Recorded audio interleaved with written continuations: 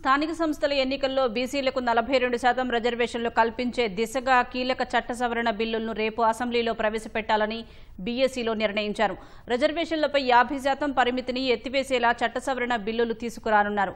సమావేశాలు ఎన్ని రోజులు జరపాలన్న అంశంపై రేపు నిర్ణయం తీసుకుంటామని శాసనసభ వ్యవహారాల శాఖ మంత్రి శ్రీధర్ బాబు వెల్లడించారు. కాళేశ్వరం కమిషన్ నివేదికపై రేపు సభలో చర్చించనున్నట్లు చెప్పారు. కాళేశ్వరం ప్రాజెక్టుపై బీఆర్ఎస్ పవర్ పాయింట్ ప్రజెంటేషన్ ఇచ్చేందుకు అనుమతి ఇవ్వాలా లేదా అన్నది సభాపతి నిర్ణయం తీసుకుంటారని తెలిపారు. ప్రస్తుతం నెలకొన్న పరిస్థితుల్లో ఎక్కువ రోజులు సమావేశాలు కొనసాగే అవకాశం లేదని స్పష్టం చేశారు.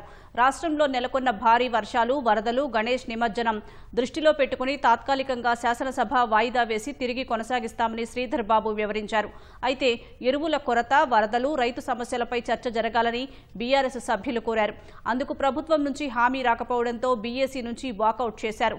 2 రోజులే అసెంబ్లీ నడిపిస్తామని ప్రభుత్వం అంటోందన్న హరీష్ రావు కనీసం 15 రోజులు నడపాలని కోరినట్లు చెప్పారు.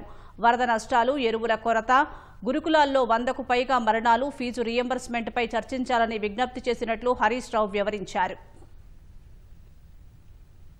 ప్రజా సమస్యల మీద చర్చించకుండా శాసనసభ వాయిదా వేసుకొని పారిపోతున్నారు.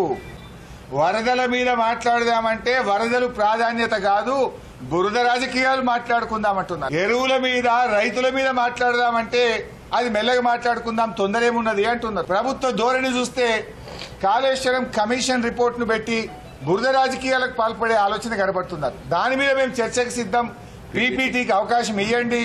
ఒక్కరోజు కాదు, కాళేశ్వరం మీద 4 రోజులు మాట్లాడదాం. ఏది పెడతారో కూడా చెప్తలేరు. మీరు పంపేదెప్పుడు, ప్రతిపక్షాలు ప్రిపేర్ అయ్యేదెప్పుడు? ప్రజాపాలన అంటే ఇదేనా? ప్రజాస్వామ్య పునరుద్ధరణ అంటే ఇదేనా?